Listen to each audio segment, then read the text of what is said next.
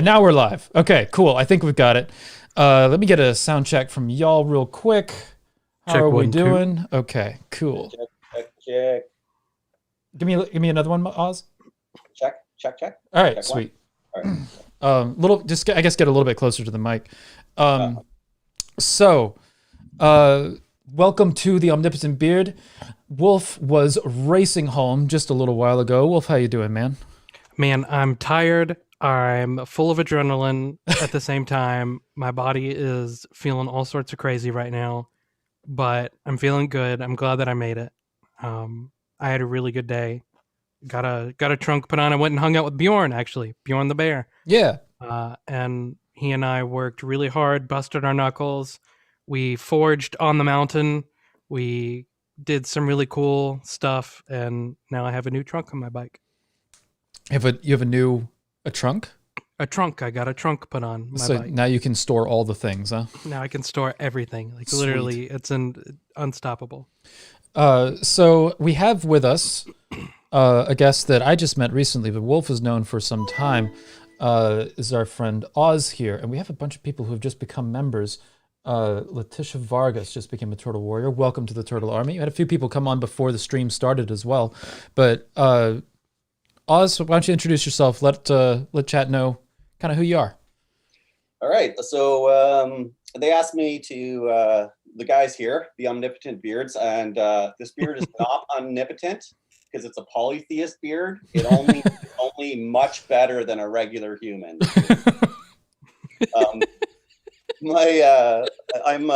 People know me as Auz in the pagan and heathen communities. And I'm a Canadian. I'm originally from Ottawa. My mom is an immigrant from Denmark, and my dad's family's been in North America since the Puritans landed. And wow. They asked me to talk also too about I was raised as an atheist. They asked me to talk about that. And when I was a teenager, I was just really interested in different kinds of religion. But mainly from an anthropological point of view. And so I went into anthropology and history for my undergrad. And while I was there, I got really interested in magic, witchcraft, and religion, the anthropology of religion. Why do people believe this stuff? I thought it was so crazy, right? But I also thought it was magical. I also wanted to live in an enchanted world, and I didn't. And so while I was there, my favorite class was magic, witchcraft, and religion. And we had this really big, like, they used to post in the olden days in the 90s, they used to post your grades outside of the door. Yeah, up on the wall for everybody to see. Yeah, everyone. That's not private information. Why would that be private information? Anonymous by student number, right? So and so you're putting your fingers to find your student number in this big long list, and it's a madhouse, right? It's almost like it's like a Balinese cockfight. There's like people flying around. There's like all sorts of things going, but one thing is like big kerfuffle, and all these kids trying to figure out if they've passed because the anthropology, magic, witchcraft, and religion was really hard. And the two nerdiest kids in the class got their fingers there, and they're at the top of the list, and their fingers touched. And that finger was my finger and my future wife's finger. No way. Dr. No Marianne. way. Yeah. So we. So what you're saying is you're a couple of nerds. That's what's going on. Anthropology nerds, right? And so it turns out she was pagan, and so I learned about this like neo-paganism, right? From her, and she when we went to do our masters. She decided to do power and authority in witchcraft as her master's thesis. Yeah. And I did something totally different. But what did you gravitate towards for your? Because of that, she did field work with the pagan community, and so I went and did the festivals, right? And so when I was there, like I had theoretically, I knew a lot about paganism. By that point I knew more about paganism than a lot of pagans did, but I just wasn't pagan yet. Mm-hmm. But then I got to the festival and I was like, people actually do this? Like you can actually incorporate this into your life. I saw how it could happen, right? And I talked to the people about what they did and the kind of people they were and how they viewed things. And I recognized that these people in this community was as complex as any other religious community. It wasn't about cults. It wasn't about giving over. It wasn't about lack of questioning. Right. It was about more. And what I saw too was a religious community in action. I'd never been part of a religious community. Right? I was raised as an atheist. I had never been part of a church community. That type of community was totally foreign to me. Right. The closest thing I got to that was like the Ottawa Guild of Potters, because my mom's a professional artist, right? But that's just based around sales and so on. It's not nearly the same. It doesn't have the same kind of I feel you. You're not intentionally creating extended family, which is what most religions do, right? Right. And because I was raised as an only child too, it's very appealing. Right? And in any case, so I basically became pagan, but I transformed from being an atheist to a pagan through Discordianism. Okay. Right? And then a lot of people don't know what Discordianism is, so I'm vaguely familiar with it. I know that when I've seen some Discordians get into like conversations, it's especially interesting with the assumptions that people will have about Discordianism as a religion and what that might entail. Yeah. And then how it functions. I don't know what Discordianism is. Explain it. Yeah. So basically, Discordianism is both a joke religion. Right. Flying Spaghetti Monster. A political satire and an occult technology. Right. So Flying Spaghetti Monster. No, it's Flying Spaghetti Monster doesn't take any of it seriously. Discordianism does. Yeah, really? Flying Spaghetti Monster is just a political statement about how the state relates to identity in modernity, right? Like that's all they're doing, right? It's a joke. Basically it's pictures on your for the meme, colander on your head for the meme. Yeah. Resistance to the state supporting religion, etc. Right? Right. It's got all those elements, but Discordianism really was a sort of a countercultural joke that was meant to present paradoxes so that you could learn through paradox. So it has that sense of Zen. In Zen Buddhism, there's a strategy for doing this. You create paradoxes in the mind of the learner so that when they meditate, they are sort of struck in this vibratory state between two categories. And that's when the master comes and hits the student, right? When they're least expecting it, when they're vibrating between two thoughts so that they can break into another category of being or whatever, right? So that's the highfalutin religious studies version. But then, of course, Discordianism is just about making weird jokes about religion. So you're creating a fake religion that incorporates a lot of occultism and jokes into it, so that you can play with believing. And that's where we get into memes, right? People get into religion by playing at believing quite often, right? So I'm glad you brought that up, because one of the reasons. So the reason I found you, and I'm gonna preface that a little bit. Yeah, I'm gonna introduce you a little bit from how I know you and how I found you, Auz. On Facebook, Auz is the king. I'm telling you, the king of heathen memes, of polytheist and pagan memes. Auz comes out of nowhere one day and just takes over the pagan internet with humor. And it was one of the coolest projects I've ever seen. And it was just this guy that I had no idea who he was. And come to find out that he's actually world famous in small circles when it comes to paganism in general. But you were in like we've got a couple. Yeah, we got a couple of them that. Yeah, we've got a couple meme kings in our community. Oh yeah. But but Dr. Dino, everybody's looking at you. Yeah, Dr. Dino for sure. I'm just gonna go ahead and call you up. But Auz here was coming out of nowhere and creating memes that made you think, and they were full of historical nods while also being funny. Like Ocean and I've actually made this joke several times. To understand a heathen meme, you have to have a history degree.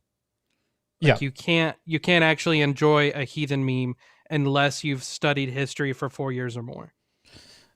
But it's not necessary. It's when you get a sense of there's also, like, I think with a lot of heathen memes, and I think that Auz will agree with this, that there's a surface level to the joke as well. But then the Right. more you know about heathenry, the funnier the joke funnier can it get. gets, yeah. But and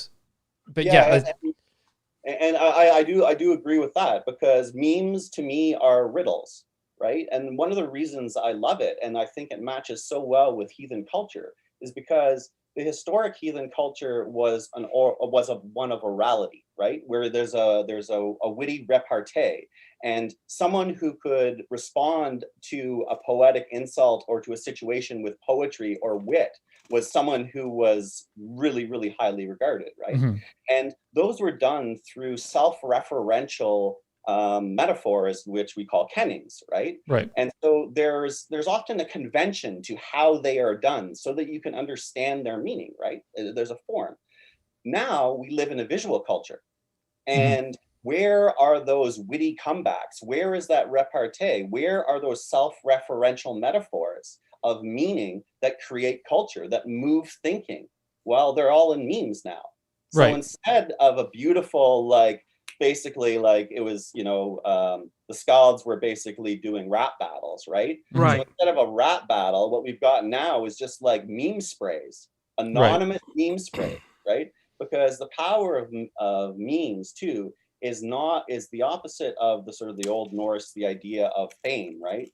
The idea of memes is to move belief, move peoples, move cultures, right? That's what memes do.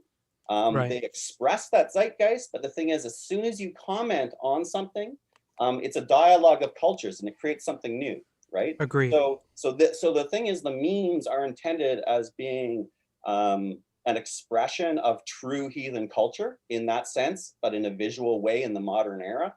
And just trying to spread them around, right? Like my thinking is, if more people think like this, juxtapose the categories, if someone gets the joke, like figures out that riddle, that means they have thought like me. Right. Right?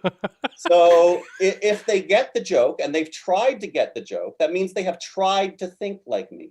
And that's why memes work so well as teaching aids, because they go to the emotional state of the individual, like laughter, humor, that's emotion.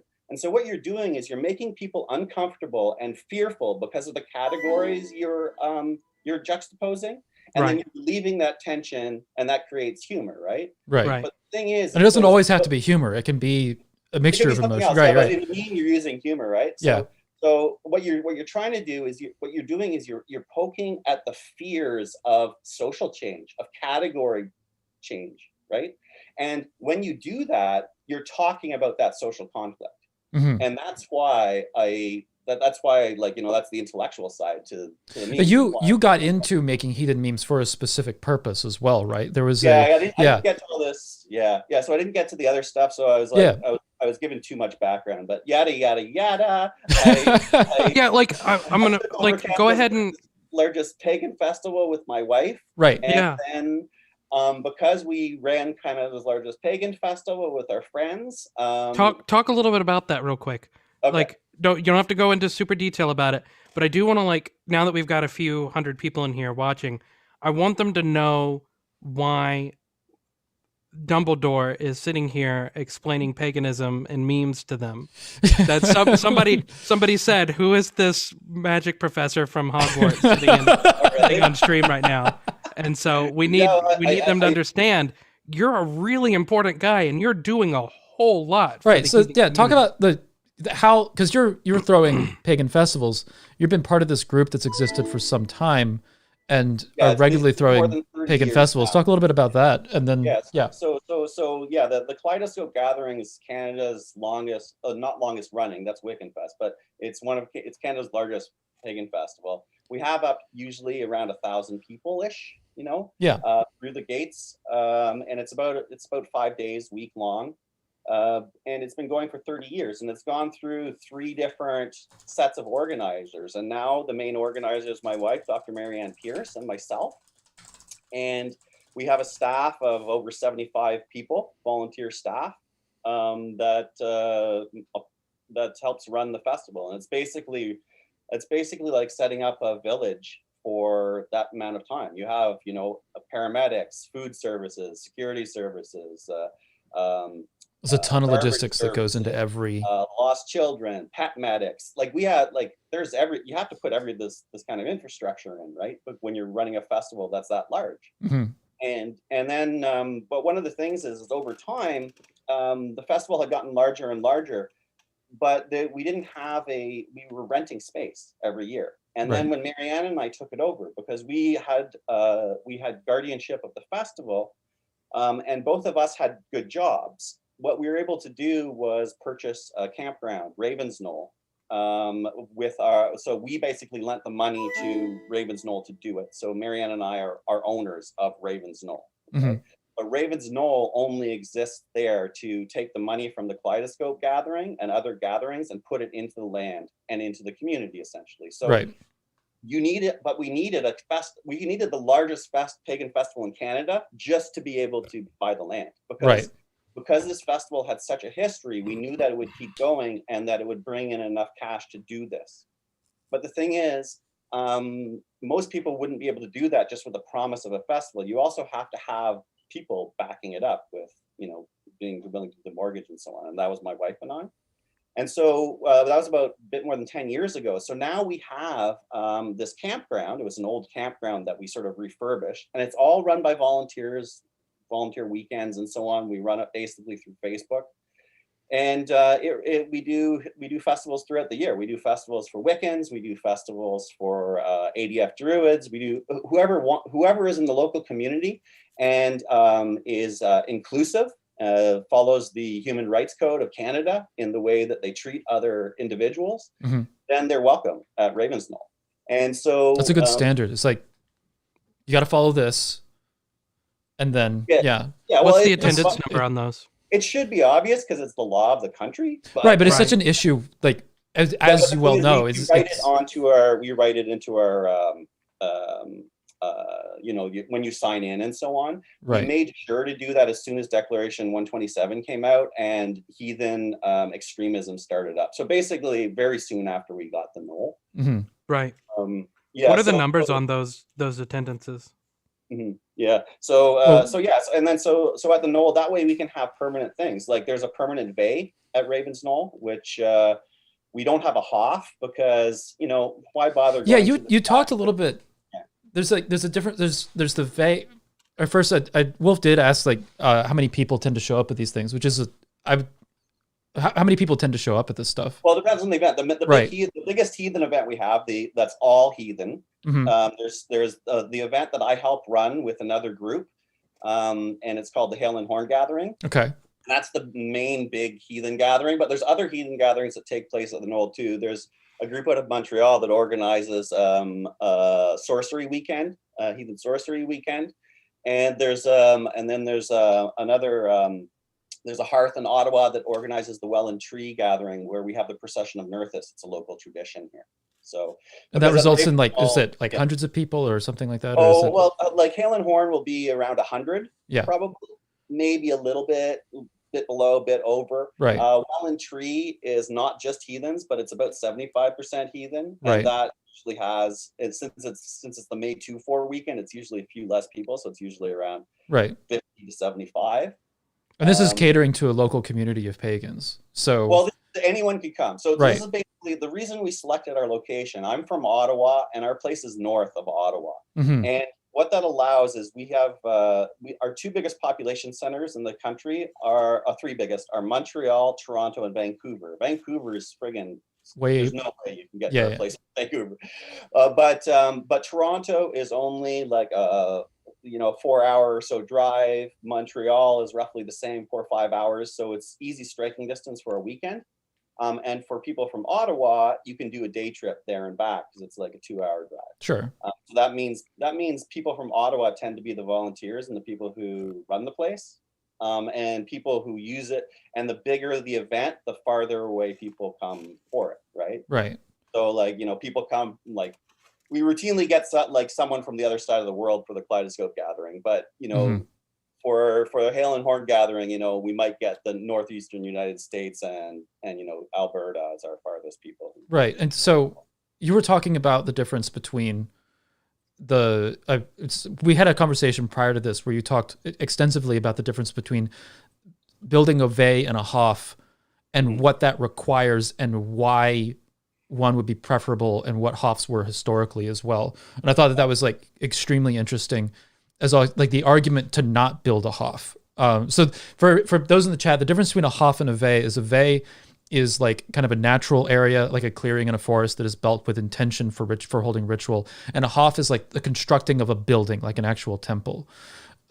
So we were talking about Hofs in Iceland were usually on private land, whereas Vés might not be, right? Like we're talking in the heathen era, we're talking going back into the Viking Age, like year 1000 and before. It's like you might have a Gothi that has a Hof on its private land, or there might be a Vé somewhere that's in a more public area that is devoted to the gods that doesn't require the same kind of maintenance. Yeah. So yeah.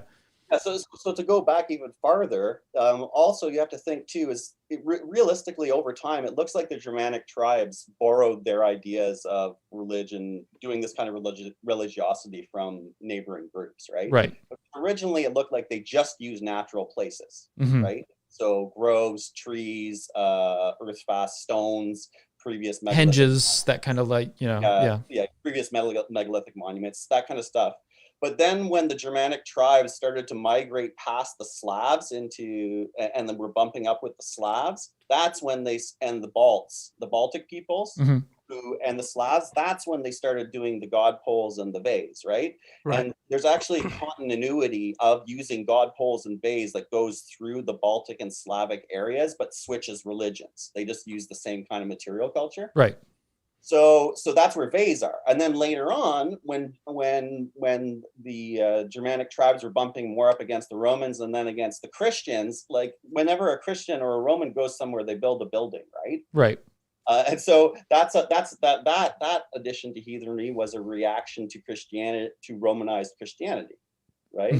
That the holy things take place indoors or in caverns or whatever, like the Mithric traditions, right? They take place in caverns. Buildings are like caverns. Right. And one of the reasons they called cathedrals Gothic cathedrals is because they built them to look like forests, right? Like you got these giant pillars and right. You got lots of light going in and stuff. Like so they're basically recreating a Germanic grove in stone, right? Right. So you have there are all these things that and the reasons heathenry might have these forms is not because of us, it's because of the other religions. So part of it is reflecting the culture around you. And we were talking about this too. So if to get 401k status, they're used to having a church that has a building and a congregation, it may be way easier to just follow that format and build a Hof or repurpose a building, right? But what status is that? So I heard 401k. I said 401k. I said 401k, right? 401c. We have five. I think it's 501c3. Right. I'm a Canadian, man. And I was like 401k status. I'm like, all right, well, we're saving up for retirement with our religion. That's interesting. Auz is out here pro memeing on us right now. We have Vosh in the chat. No, my God. Vosh just said howdy. Hello, Vosh. Hey, Vosh. But anyway, so you were talking about. Okay, so that's the response. So like you have your outside community, and you also have to think like, why are you going to this place, right? Is it a community? Like if it's a Hof, usually you need a building in if you got a community center thing going on, right? Because for a worship space, you don't need that much space, right? And so realistically, to me, a Hof would be more in a built-up area, right? Like in a city area where it's like you kind of require to have a building to retain privacy or something like that. Yeah. So or to hold things that are valuable, so that they don't get destroyed or seen or like who knows, right? So that's very different. And then you have to think, okay, well, if you're in a rural location, people just want to worship. Right. Also, too, there's the aesthetic, right? Everybody wants to build their own Hof, but no one has the money to build their own Hof. You're almost always just repurposing and renovating something else. Right. Yeah. So the only guy who built his own is like the multimillionaire guy who built it on his own land, again in Denmark. Right. right? So he's got it because, you know, he's a Gothi because he's got the resources to do it. Mhm. Now the thing is with Raven's Knoll, although I'm a Gothi there, other people are Gothi there too, right? Like people who or Githya, people who do rituals there. I am not the Gothi of Raven's Knoll. I am a Gothi of Raven's Knoll, right? Mhm. So because what we do there is, although it's personally held, the community is, we're managing the community. So one of the things about the Hofs in Iceland, the Gothis there had political and religious power. I don't have any political power except within the small, except my opinion, like within the group, of yeah. whatever. Like that's like Gothis small. would have like official government related Right. power Yeah, in his, essentially you could only access legal or political rights through a Gothi. right. And also to exchange networks were, and so essentially access to markets were also managed through Gothi relationships. They weren't legally required, but they were often the same person. So to break this down a little bit, I want to. I read Njál's Saga recently, which goes into a little bit of the construct of how this kind of worked. That there was a finite number of what was called a Goðorð, and the Goðorð would be something that was held by a person that contained a certain amount. That basically it was a conceptual title that was held by somebody as a Gothi that could be bought or sold. Like if somebody was a Gothi, they could sell their position to somebody else, and then that person would then come in. These weren't elected positions. This was a largely feudalistic society. No, it wasn't feudal yet. Well, it was flirting with it. It's like, yeah, it's when you have like, it's hard to say that it was okay. Because you have people living on land and all that kind of stuff, and you have like de facto lords and that kind of stuff. But no, I define feudalism by a relationship of authority that ties you to the land and a person. Okay, right? Yeah, that wasn't there. Yeah, the Icelanders tied themselves to people. They didn't tie themselves to a land. Right. Because you could choose a Gothi who was not living right beside you. You could choose a Gothi who lived a bit farther away. Correct. Right. It had to be within sort of communication distance, but it didn't have to be the same. You could have your own land, your own farm as a freeman, and still, there was a Gothi that was down the way. Right. So I'm in Ontario. I live in Ontario, right? Right. I can't choose the Quebec premier as my representative. Yeah. Yeah. Right? That's that true. Makes sense. So but in Iceland, if you had like a disagreement with somebody, you would settle that disagreement through, like a Gothi would handle some of those disagreements for you and help you arbitrate and all that kind of stuff. Well, the Gothi would manage the essentially legal insurance cooperative. Right. Right. So because you would need the assistance of other people in your Goðorð to assert your rights. Because if the other people didn't want to do it, you had to force them by force of arms. Mm-hmm. Right? And so the thing is, you had so the Gothi you became part of the Goðorð, which is the people who had allied themselves to that Gothi. Thereby, you ally yourselves to everybody else who's allied to that Gothi.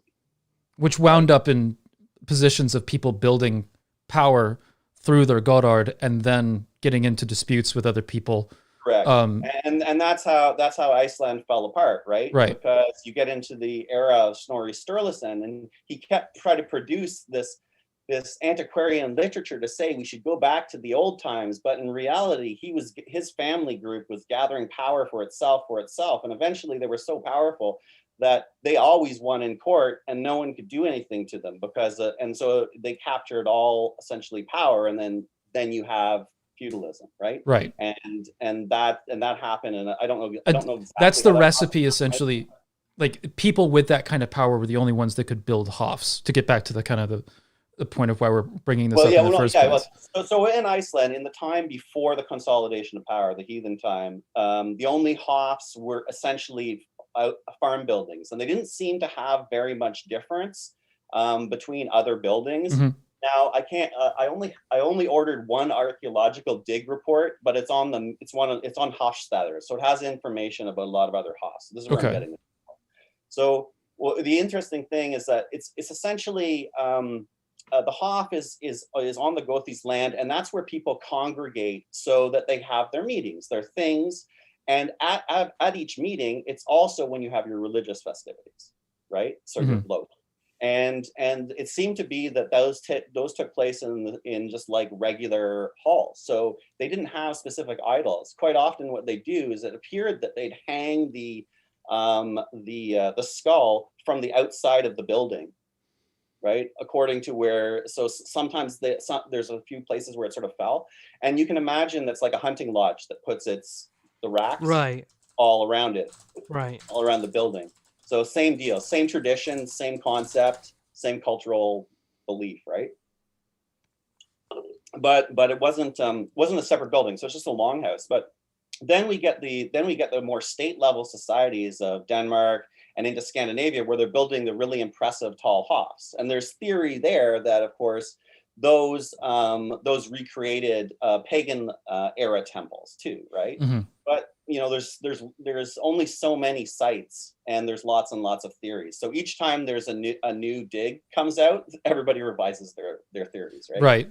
But the far more common expression of heathen gathering place would have been something closer to a Vé than a Hof, right? Well, I think even more than that, it would have been the local important landmark. So like in Ottawa, the First Nations people used in French they're called the Chaudière Falls, the boiling falls.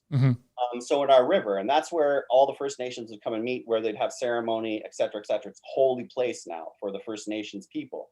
And there's an island in the Ottawa River here that's right below the falls, which of course in colonial times got called Victoria Island after Queen Victoria. Right. But it's a holy place. And of course, the Norse would have had the same thing. That's why they did holmgang on holms, which are islands in rivers. Okay. Right? That's what a holm is. It's an island in a river. So so this would have been this would have been a heathen holy place. Right. So those kinds of meeting places just make sense. Right. Right. So they're majestic outdoor features and places of congregation. And you could build bays, obviously, there. So they have, like in Iceland, you have like the Law Rock and that kind of stuff, and where the thing would be held, and that was largely an outdoor location as well. Absolutely, they're natural amphitheaters, right? So the Law Rock, it was probably modified a little bit, but it's a natural amphitheater. So if you sit on the Law Rock, according to the pictures, I haven't been there, but where the orator would have been sitting, they'd be facing an audience that could all hear them, but there's a big crevice right in front of the speaker, so you can't actually get really angry and charge at the speaker. Right. Like you can't run out of the crowd and run at the speaker. You have to run all the way down. So you got a bunch of freaking Vikings. It's like, all right, we've got a trench between the guy that's talking and everybody else. Thank you very much. It's like this is necessary. Right? Let's be honest. If they were real Vikings, that wouldn't stop them. Well, what stopped them was the other people in their Goðorð. Right. Yeah. With them, right. Yeah. Because if they killed somebody, then the other people in the Goðorð would be on the hook for that blood money. So let's relate this again to why you chose the strategy of building a Vé instead of a Hof at Raven's Knoll. So because history trajectory, like we've got a little bit of the historical background of like what all these things are. Is the Hof versus the Vé, what the purposes were, outdoor versus indoor kind of environments. So you've taken this group, you've obtained some land, and you have the option: do I build a Hof? Do I put in a Vé? Which decision did you make, and why? Okay, so Hof, we had a couple of buildings on the site that could have been converted, but they were almost all at the top and outbuildings. The old pioneer farm from the 1800s that used to be at the front of the property.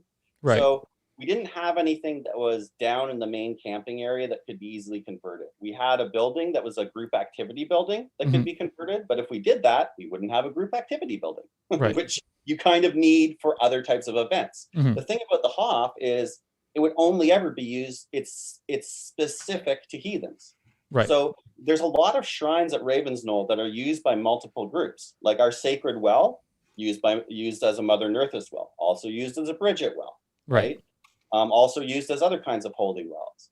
And so we have a lot of multi-use holy sites. So we have a standing stone that's an ancestor worshiping site. Right. And so it's like a megalithic monument. It's like an Orkney kind of thing, right? Mhm.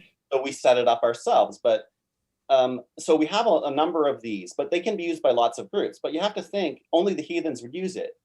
If there's like the last census of heathens, like at least 5 years ago, was like 800 or so heathens in Canada, right? There's probably double that now. Well, we always say double, but there's a lot more now because there's been a lot of heathen converts lately. Mhm. I'd say over the last 5 years, we were talking about that, the Vikings television show phenomena kind of thing, right? Right. And so you would lose a lot. And if we're only getting 100 people, right, for one or two events, that's the maximum number of heathens we can collect, right, for one event is 100, right? Yeah. But then building a huge building for that is not cost effective. Right. The 100 people would have to spend like $1,000 each time they use the building for the first 5 years or whatever. right. It would be ridiculous. Yeah. Awful. It would be. And that's if you're holding like one event per month kind of thing as well. Like if you're doing something pretty frequent. Yeah, if you're frequent, right? Like, so that means if you're near a population center, because Knoll, like I said, it's a weekend destination, right? It's going to a gathering, so it's exactly like you would have done in ancient times, right? It's like, oh, when are we having the celebration and the thing? Oh, well, we will go to the thing, or whatever, so we can travel late into the evening and get there, right? All of these things were destinations. One of the things now is like, is we expect a Hof to fulfill what you did at a church, right? Mm-hmm. Which is go every week, right? Heathens didn't go to their big thing every week. Right. It went seasonally when they went to the seasonal celebrations and met people. So having a building would have been kind of pointless because the upkeep for it would have deteriorated. And there's no reason. And so instead we have the Vé, and the Vé is supposed to deteriorate. Right. One of the things, so we also have a planted forest at the Knoll, red pine forest that was planted for lumber. Mm-hmm. And so we're managing it so it's a little bit more wild, but we take all of our lumber that we use for shrines out of that forest ourselves. So during the winter, we go and we ritually cut god poles for the next year or future years. Right. So we take those red pines, and then we have a member of the community carve that red pine in the visage of the god or goddess who we're going to raise that year at Hail and Horn Gathering. Mm-hmm. And so everybody can come, and then we veil the pole, and we flame the bottom of the pole, and then we process the pole through the forest and up to the Vé that's on a small knoll in a grove. And that's where I've set a number of cedar posts, 9, of course, I set 9 posts.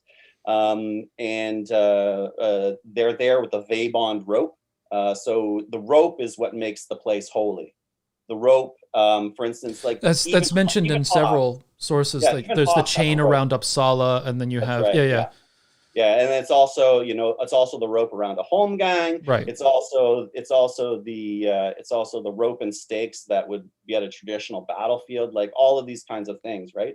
They are all marked out by sticks and ropes. Mm-hmm. And so that's what the Vé is. The Vé is essentially that most basic container of spiritual energy and a placement of the holy.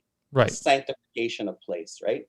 And so we keep the Vé. You can take Vé up and down, and a lot that's something we do that I used to do before we got Knoll. I had Vé bond rope, and I actually declare the Vé in a specific place for the right that I used to put there, and then put the ropes on. It was actually pretty cool. Yeah.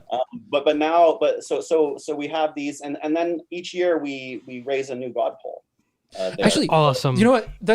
Let's go into that just a little bit, because I know that there's people in the chat that are going to have the same thing that I'm thinking. Is like, okay, what exactly is the process that you go through in order to, like, say I'm interested in being like, all right, I'm going to hold ritual on this small piece of land. We want to declare a Vé in a place that's going to be a temporary Vé, right? what was the process of ritual and the setting up of the Vé that you would go through, just as a process? Or even just like choosing where Yeah. you were gonna do it. Like, was it your land? Was it land? Well, that you I mean, it was Raven's Knoll land. We decided everything on Raven's Knoll lands. right. Yeah. I'm talking about like before someone has like private land that they're able to build on and that kind of thing. If, Right. Like say there's we've rented a space.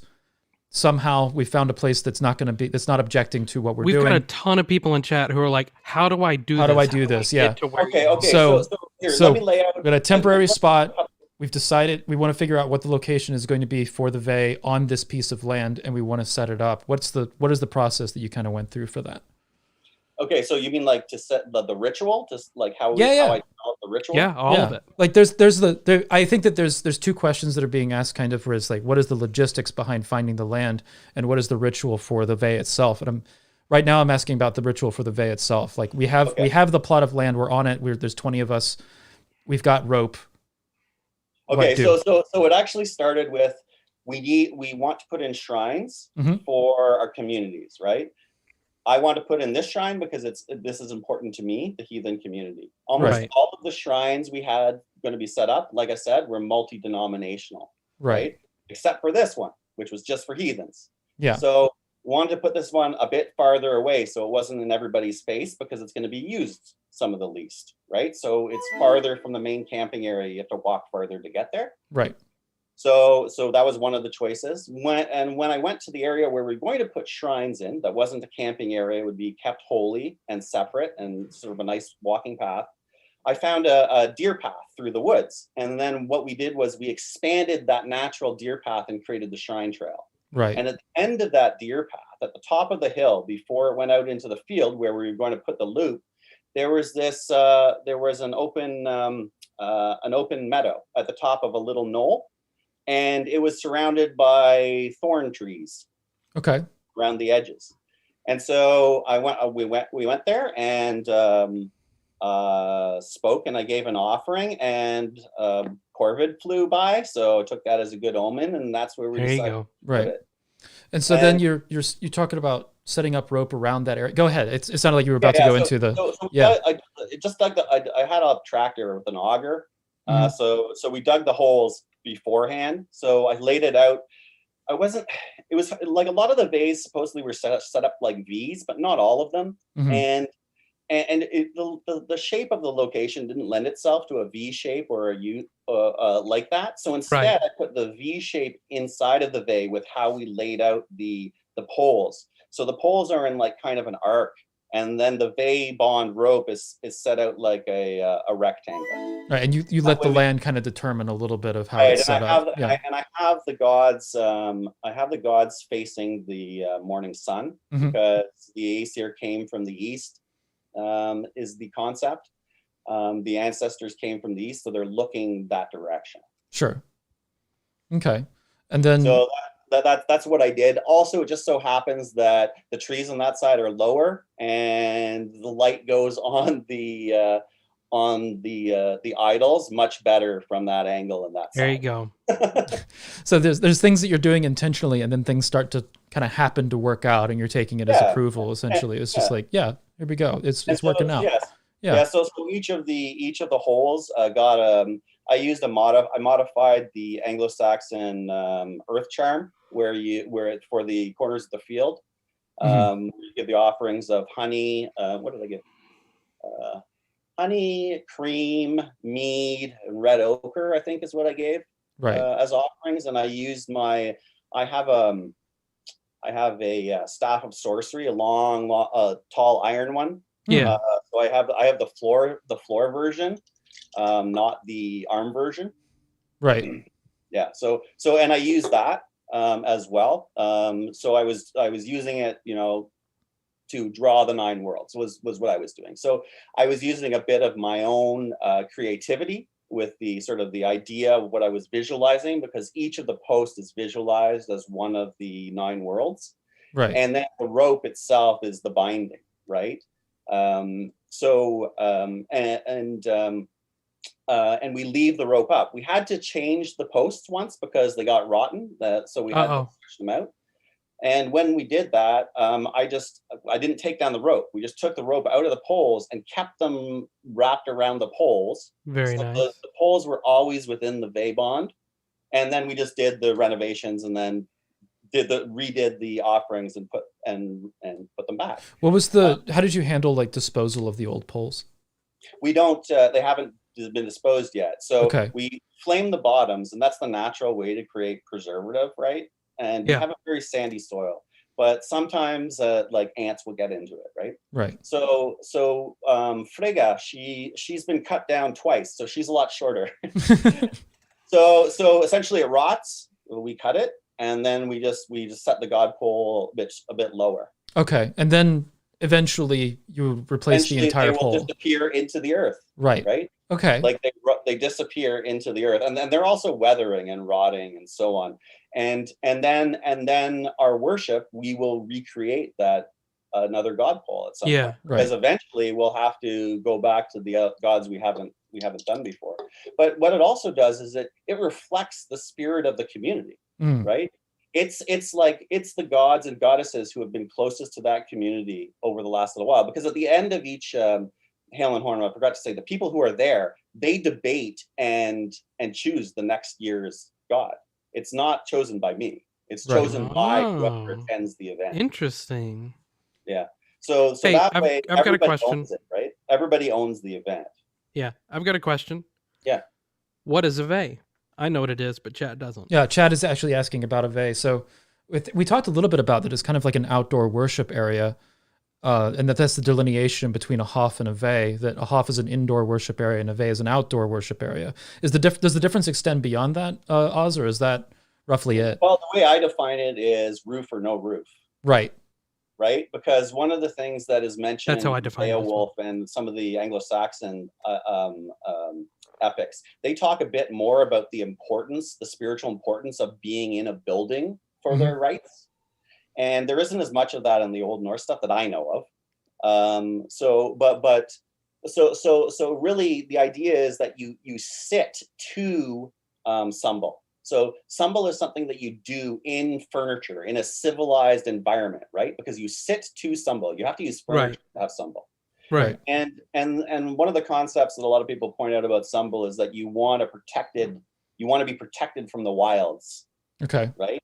Because you are relaxed. This is also where your warriors don't have to worry about having their gear on them and fighting, right? It has to be an extremely safe place.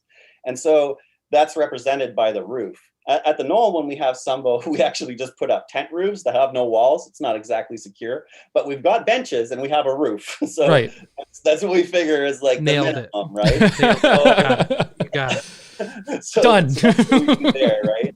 And then a Vé is just like, okay, so Vé is also, if you know Odin, Vili, Vé, it's a triumvirate of gods that helped create the world out of Ymir, right? So you have Odin, who is ecstasy, inspiration, emotional push, right? Right.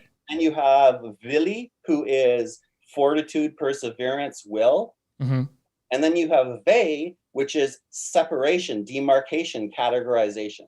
Okay. Essentially, the concepts. Like that's the way I see it. And so Vé is actually like this aspect of Odin, if you interpret some of Snorri's text that way, and why not? It works. Yeah, they could be brothers. They could be different names for the same. Yeah, sure. Yeah. There's multiple ways of seeing this stuff, and and that makes total sense when you see that the Vé is essentially cutting sacred space, right, and marking it off with a rope. It's like the very first thing of like planting the flag and saying, "I am here. I am human in this space. This is where humans exist. This is a human space." And that's what a Vé is, right? And so, they used to find these places in nature. This is a place where this is a human place where we can connect with other worlds, right? And essentially the Vé is the technology for cutting that space. There's many different ways of doing it. Most of us actually do it based off of the land taking rituals, right? That we've seen. So that ends up being either carrying fire around the space, like a candle or a torch or something, or burning incense or whatever. So usually that's what's taken. But of course, if you're a woman, you could always, just take a dog or something around, because in Iceland, for women, they took land by leading a cow around the area. So they weren't allowed to claim as much land as men, because men could just carry fire. Women had to lead a cow. Okay. If they wanted to claim land. So like the modern was there a reason for that, or is that why did man get fire but woman only get cow? Or why did women get to have cow and men only get fire? Yeah. My explanation is that you can't lead a cow. You can't claim as much land with a cow. Mm. So it's unfair. It just makes a woman-founded household at the time of founding of Iceland. It just gives them, it just puts them behind. Wait a minute. Are you telling me that ancient cultures weren't as progressive as some people lead them to believe? Yeah, but the thing is, but they had a provision for women who claimed land for their household. So that was better than some other. That is better than nothing, because goddamn, the rest. It's like on the one hand, it's like, wait, women can be landowners, and then so how did they be landowners? Because there were like cow. This is something that you can get into that's interesting. It's like, obviously there has been progression since this point, but you can also look back at it and say, you had like rights for divorce and that kind of stuff, and so that some people miss that examination. It's just really interesting, but to me, the whole point is that we make sure we stay ahead of the curve, right? Right. Like we're not going back to reproduce that worldview. What we want to do is go back, understand the worldview and what was different about it, what was good and what was bad, and look at the comparators to other worldviews that they were with. Right. How different in relation to those worldviews. I want to be different in relation to other worldviews today in the same way that they were different than other worldviews before. And one of the things that they were was leaps and bounds ahead in women's rights, in gender and sexual minority inclusion, et cetera, et cetera. So although these groups would have been vilified at the time or had been oppressed, which they weren't oppressed in the same way or through the same mechanisms as cultures that replaced them or that were contiguous to them at the time. Mm-hmm. And so my thought is, I want to be as progressive as them today, using their in ideas, that relation. Yeah, sure. in that relation, right? So what I'm like, okay, well, that's why have them all witches is important. That's why trans rights in heathenry is important, because this shit was in. We can read this shit and stuff from the 1300s. If you can read into a text for the 1300s, like these types of rights in some way, you can see a kernel of them. You just like today, we should be expressing them in even greater abundance than we are, right? Right. Because we're supposed to evolve the religion. It's something that I've gotten on my soapbox about every once in a while, because I agree with you wholeheartedly about that. Anybody who takes the approach for Reconstructionism that you're trying to recreate the entire culture whole cloth doesn't make sense, and it's not possible for moral reasons and practical reasons, right? If you wanted to try and say, we must take everything as a Reconstructionist, you must take everything out of history. Well, now you can't drive a car. Now you need to live in a different kind of house. You need to live in a way that is just incompatible with modern living. And for the same justification that you can say, I, as a heathen and a Reconstructionist, can drive a car, you can also say, I, as a heathen and a Reconstructionist, can recognize human fucking rights. And it's a pretty easy transference to make, but some people will try and special plead across it. To me, what's going on with Reconstructionism is essentially that we're looking at the ancients with their relationship to the gods and recreating that relationship with the tools that we have and the understanding that we can glean from history, which is spotty and inconsistent at times. So there's a little bit of there's several puzzle pieces that we don't know how fit together entirely, and we're doing the best that we can with it. But it's the reforming of that ancient relationship with the tools that we have available to us that is the point of Reconstructionism. That's not to say that we have to be informed and import entirely their moral understandings, including their mistakes, into the modern time. That doesn't make sense. and that's also why we don't need to reproduce their religious communities in exactly the same way. Correct. Because we don't need we don't need the same Gothi setup, right? Well, not everybody in the village shares the same religion. Right. Or even the same praxis. So even if they didn't have the same doxa, they didn't have the same beliefs, they at least did the same things together, right? And so, but we don't have that now, right? And so this is where people want to go from online heathenry to living in a commune in a Hof and having a Hof on the land, and that's a dream.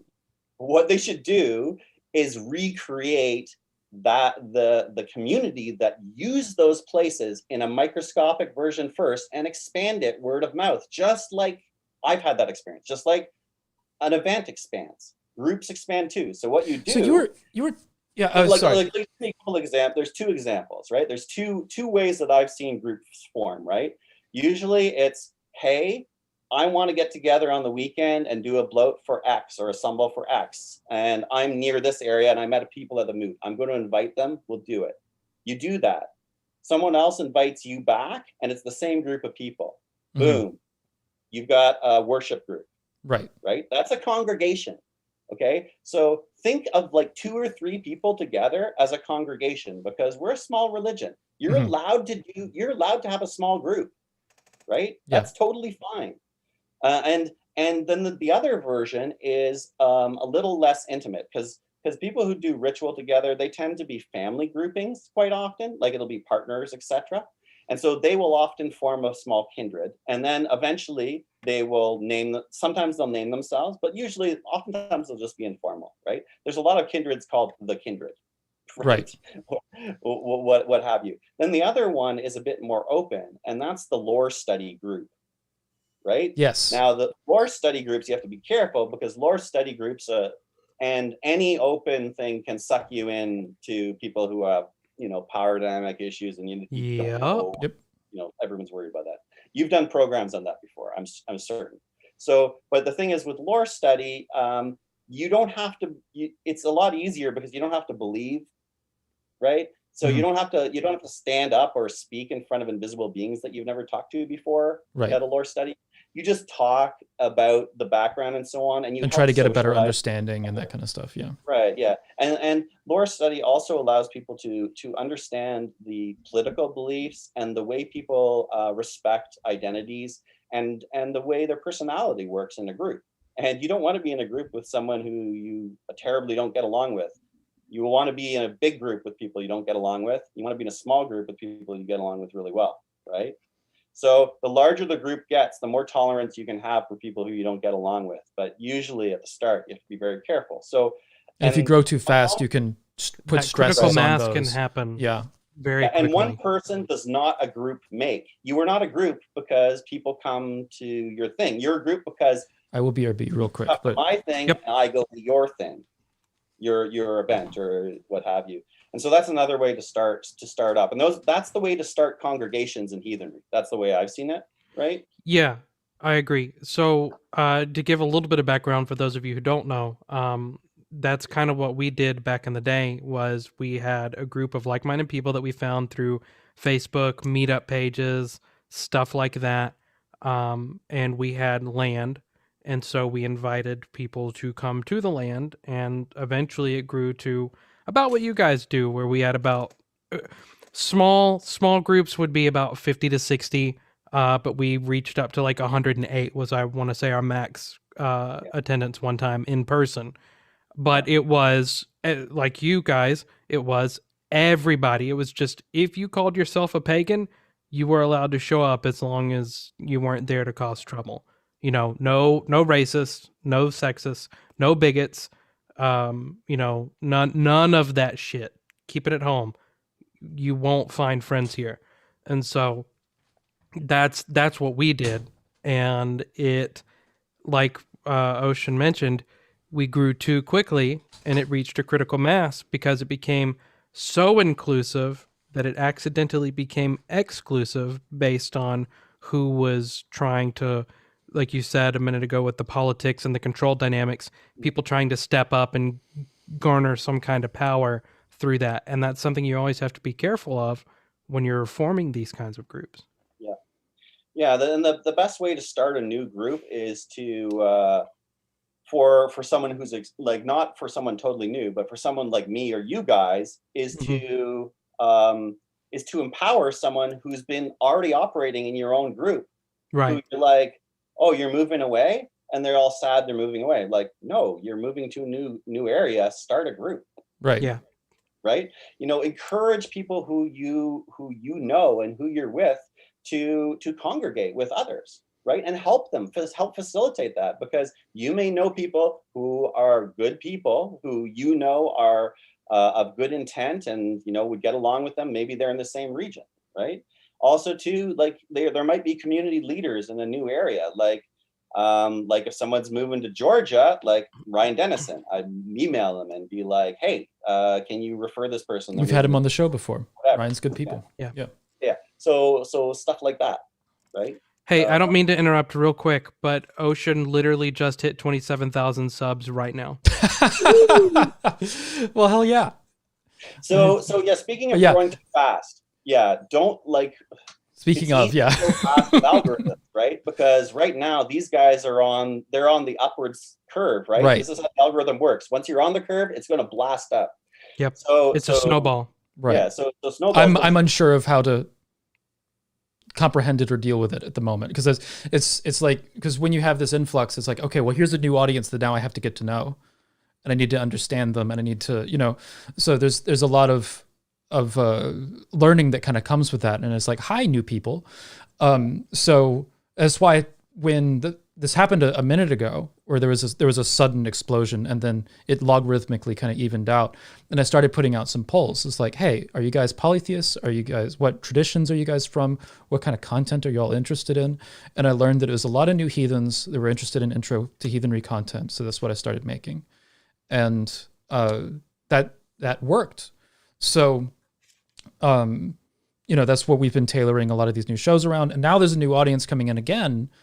And it's coming from an atheist channel that shared a new video that I just made. So that's going to bring in a new and different audience from what I've been catering to already. So it's going to be interesting to see, kind of like, I want to figure out, it's like, okay, so what are y'all interested in, and how can I make all of this kind of work, while still doing what I want to do, which is all the stuff that I've been doing here over the past couple of months. Because clearly the new video did something. So it's something that there's a conversation that needs to be talked about. But yeah, does that,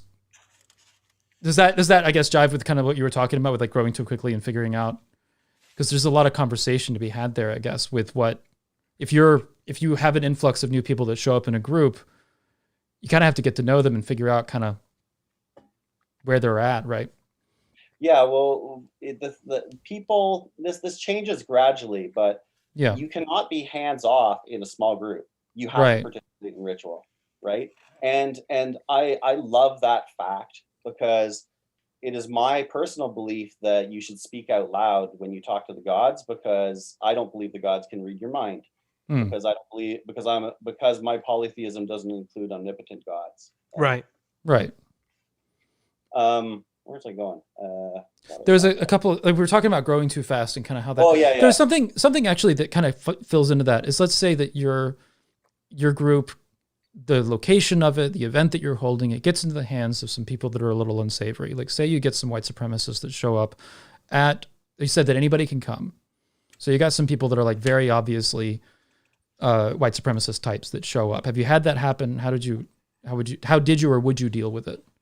Well, we had one that I didn't notice until near the end of he was a quiet guy. So basically he got warned a couple times in conversations and he never came back the next year. He was not overt though.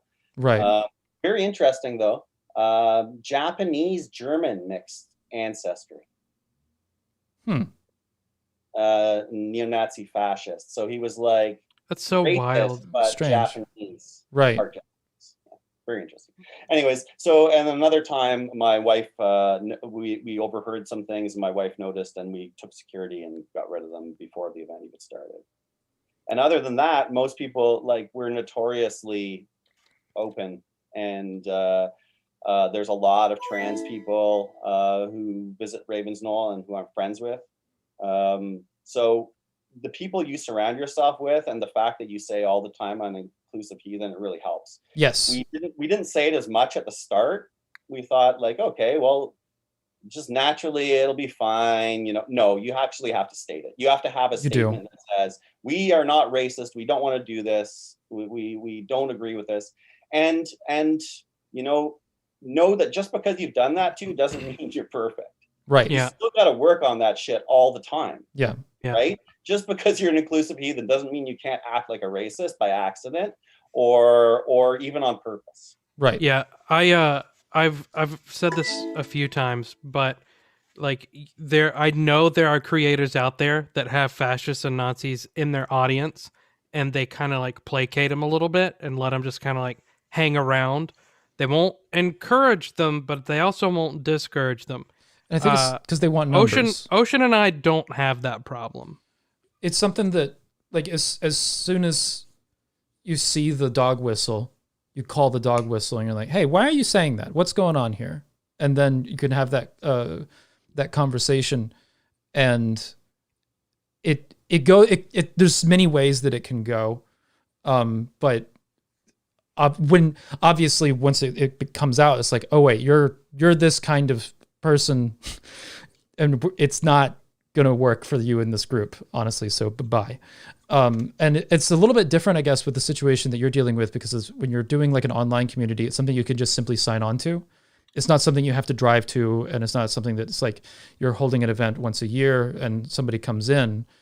But it is a different dynamic because you're dealing with somebody who's standing there in front of you too, and that changes several things as well. It changes a lot, and that's what a lot of people want. A lot of the online people want. Why they crave so much that commune experience, that village experience, is because they want an in-person community. Really. Right. And so that's an in-person community. You don't really like. You want the Hof with your friends as a fun thing, but it's more like a cottage thing. It's not like I need it because I want community, Right. Well, that's an aspect I actually want to kind of bring up while I've got you here. And so there's the dynamic, and Ocean and I talked about this on Twitter a week or so ago. People will want that so desperately. They want that in-person connection so desperately that they're willing to be taken advantage of just to get that done. Right. Even if they don't realize it, or maybe it's in the back of their head, or they're fully aware that, maybe this isn't quite right, but I don't care. I will do anything to get this in-person community up and running. What do I need to do? Yeah. So how would you say that you deal with those kinds of things, or if you've ever had to deal with it, or has Ravens Knoll dealt with anybody that's been, or if you've seen another group that's had to deal with that in the past? Yeah, can you repeat just like exactly what you're talking about? So just like if a group, let's say you have a group who's trying to be a little manipulative, a little power hungry, or take a group in a direction that maybe wasn't originally intended, something like that, and they're willing to do whatever they want to do because they know that people won't stand up to them too hard because they don't want to risk being ostracized from their in-person community. It's a hard dynamic. The problem, that can be difficult. So my suggestion would is that when you're seeking others to engage with community, don't go looking for someone who is already a leader, right? Unless there's a congregation that already they're a part of. Okay. Right? Oh, I see what you're saying. Yeah. Right. So because there's always people who are like, hey, I'm a Gothi. I'm in the Minneapolis area. Anybody want to stumble? If they call themselves a Gothi, you have to have other people call you a Gothi, either an organization or your congregation. You can only use that title after someone else has called you that. Right. We've had that conversation a couple of times on the server about what. Because you get some people that walk around as they're a Gothi with a congregation of one, and they'll say I'm a Gothi, and it's like, oh well, what is your group? And it's like, well, I'm an independent practitioner and I don't have a group, but I am a Gothi. No, how does that doesn't sound right? You know what I mean? Well, yeah. Well, it's also a term just for ritual leader, right? Right. Off. used as ritual leader. But the thing is, if you really think about it, the term Gothi is an Icelandic specific term. It's not commonly used in other parts of Scandinavia. That's what I was finding. We It's don't like really have good idea of the religious language that they used, unfortunately, right? right. For those practitioners. And even later on, Gothi became a purely political title. It wasn't a religious title. And during the time period, and during the heathen time period, though, Gothi, you celebrated at their house, right? Right. On their land, and you can celebrate in their living room, but they might have a big hall in a purpose-built place. So really, Gothi have to own their own house. Right. So if you're renting and you're being a Gothi, technically you had to be the landholder. According to that idea of it, yeah. According to that idea. So it depends how you define Gothi, right? So if you want to be a total stickler and go back to ancient times, you have to have some political relationship to the power of government, and you have to own the land where the Hof or Vé or whatever is, where the congregation meets. And how many people do that? Like 2, 3 people in the world, Right. Like, and that's not a good way to define a Gothi. So you're not going to define them that ancient way. We've got to find a new way. And the main way is by a claim, right? It's by a claim of an organization because of the learning you've done, like the troth or whatever, or it's done by a claim of your folk, who are the people who are around you. Right.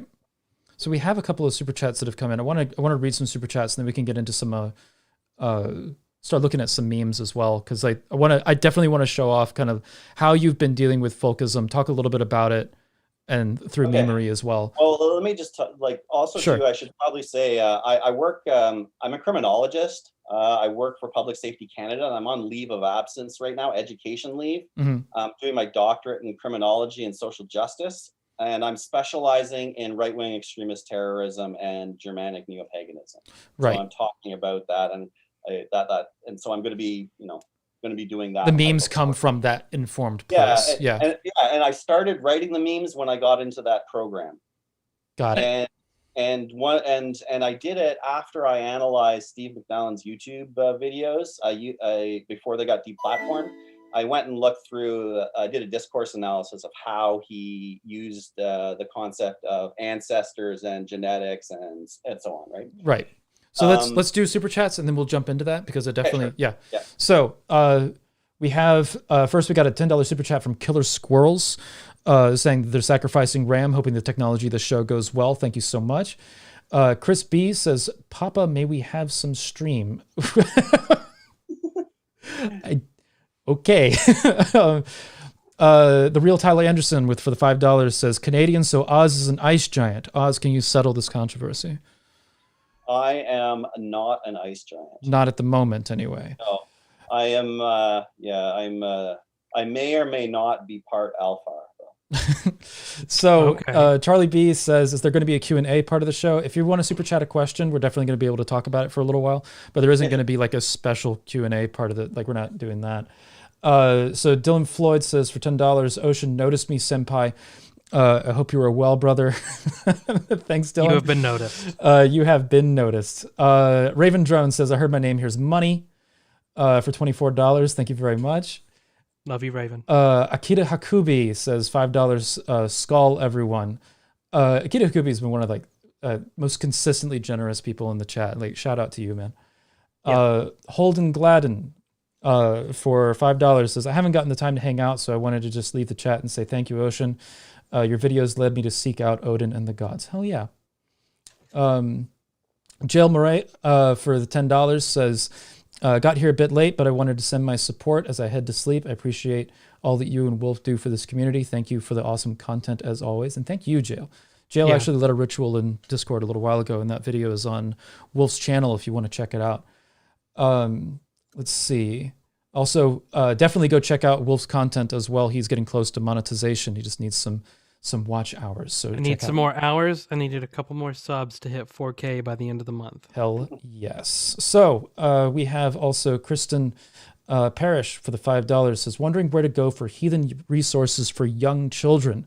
Family-friendly heathen communities out there, kids purposefully included."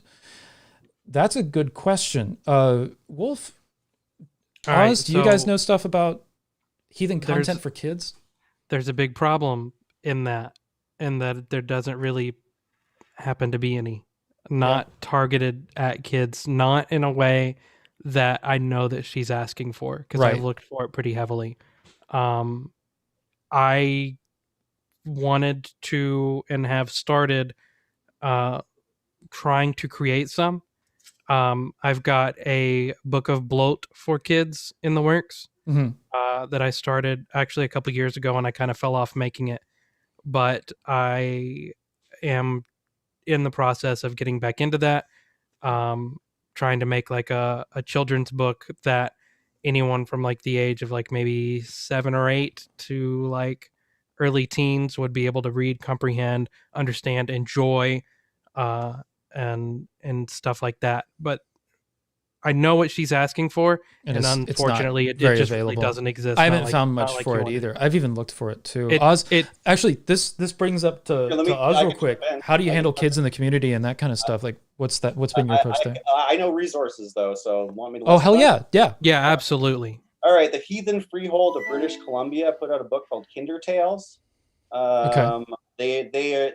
Some number of their members overlap with the Troth, so they might be there. So they have some kids material that some of their kindreds have put together. That's actually sold. There's also lots of heathen coloring books. What we've done is actually gone to used a lot of museum materials, Scandinavian museum materials or museum materials from Canada, because we have lots of exhibits with Lanceau Meadows and so on.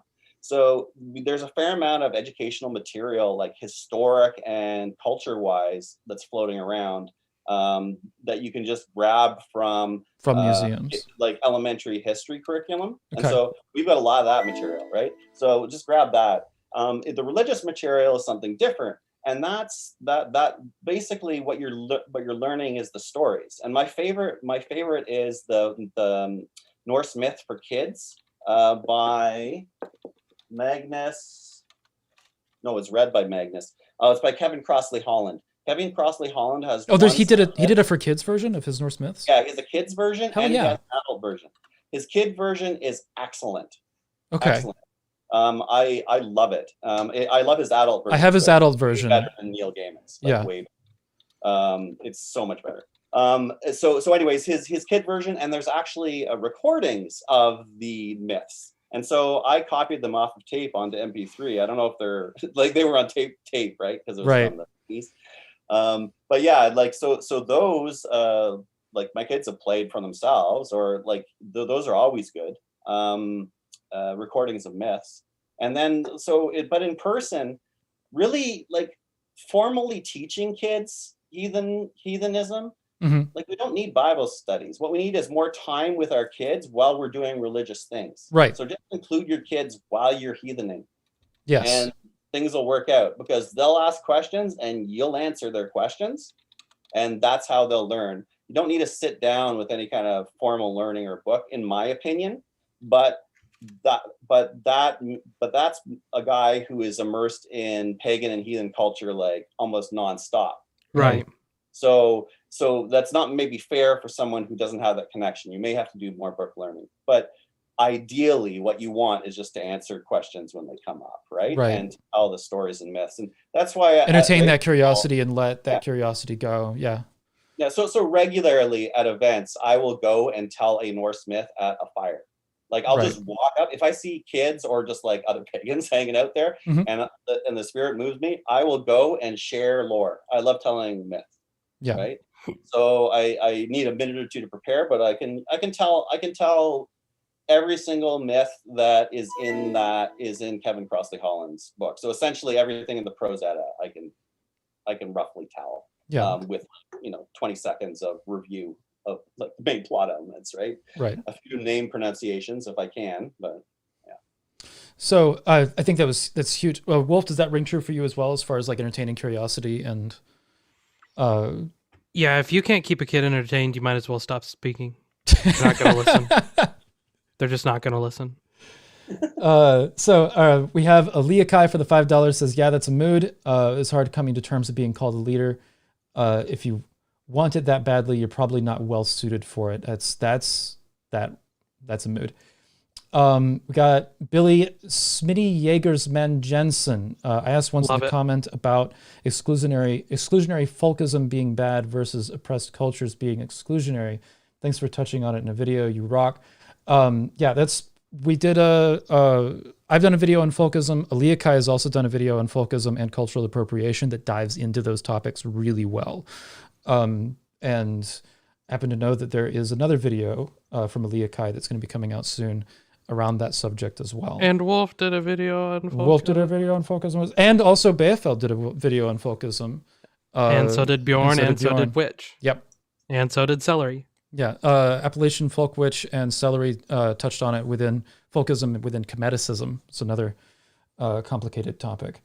Got Bjorn Grimir says, goddamn time zones. I miss the best Heathen stuff. I'm sorry for butchering your name there. But much appreciated on the super chat there. Bird says, watching at work on another 12-hour shift. Love you guys. Keep awesome. Keep your awesome. You're awesome. You're awesome. Keep teaching and building us. Are you okay? All as a community. I can't read this. I'm doing great here. Calcifer is off camera doing charades right now, and I don't know. Anyway. And then Jellybean says, glad to see the community growing. Still working on my beard, though. I feel that. I'm still working on mine, to be honest. So, memes. You had a specific motivation for jumping into memes, right? Yeah. Like, you saw what was going on in 2016, 2015 with memes. And yeah, McNallen had referenced the Great Meme War of 2016. Right. And this is something on the alt-right where there was a concerted push by just regular members of the alt-right public to essentially undertake a propaganda war to help elect Trump, right, on social media. Sure. And so that was essentially the goal. And they called it the Great Meme War of 2016 or something. McNallen called it this. And I was like, I miss the Great Meme War of 2016. I love memes. Like I miss this meme war. And then when I realized when I was reading more articles on this alt-right strategy which McNallen was spreading in the folkish community, was it's the way algorithms change. It's the way that you game social media systems. It's the way that people move information. And if you were on the show earlier, it's a way to engage with the emotions of the audience, right, and specifically deal and move social conflict in certain directions, right? That's what humor does. Humor is a dialogue between different categories, right? That gets resolved. And so it's about emotion, and it's about the way you view things. So it's about culture, essentially, right? So that's so it moves that. And so that I thought, wow, they're using those strategies. Well, we better do the same thing, right? Like have inclusive memes. And there's a few. So I was like, oh, I'll try my hand at them. I think memes are fun. And they as soon as I started doing them, they reminded me of Skaldic poetry. And then I got all super like, right. And they got into like, semiotics and semantics and read a little bit about. And we talked a little bit about the battle of flighting that takes place within Norse culture, and then relating that into memes as far as like the transfer from that spoken medium into a visual medium, and that there's something very similar taking place, right? Right, yeah, because it used to be oral culture, and it was all based on alliterative poetry, self-referential metaphors that were riddles that created the social meaning by reference to other social meanings. Right. That's exactly what memes do, except in a visual culture. Right. And what I'm doing here is I'm mixing the meme culture. There's a specific culture just for memes, right? How to read the symbols, and there's different templates and so on. But then I'm using knowledge of what we call the lore, so the history and anthropology of historic heathen societies that we label as heathen societies, as well as modern heathen culture. And specifically, I'm looking at issues of folkishness or oppression and anti-oppression views within heathenry. And I'd originally wanted to do it to like sort of people who were sitting on the fence, to sort of push them towards inclusive heathenry. But I don't think it really does that. That's one of the memes we've got. It's like eventually, We'll get to that one in a second. Right now, the one I have on the screen is the by Crom one. Right, and really, what we're doing is we're creating more of an in-group because we're making fun of folkish heathens rather than trying to bring them in. Like the whole way to de-radicalize somebody is to actually bring them in rather than exclude them, to lift them up emotionally rather than to cut them down. Right. And so, like, this is not going to convert. Most of these are not going to convert any person who already knows how to label what they believe as folkish. If you don't know how to label what you believe as folkish versus inclusive, and you're just like, that person might be able to be, convinced of a different style of thinking or a different discourse or a different way of viewing the categories within the lore, right? Because one of the things I'm challenging is the social meaning of a lot of these categories. I love poking holes, poking Odin and just like playing up his immorality and his erginess, because he's the center of Odinism, right? And these are aspects of Odin that people on the right wing suppress, right? Because they are the social meanings that we take now to in inclusive heathenry as being extremely important to our spiritual development, spiritual life. Yet on the folkish side of things, they have a very different view of what these categories mean, right? So how to read lore and view it. Right now I have up on the screen 5 simple ways to talk to your kids about folkish heathenry. And we have number 1, we are all genetic mutts. 2, fellow citizens are your folk. 3, our gods are inclusive. 4, our ancestors fought against fascism. And 5, racism sucks.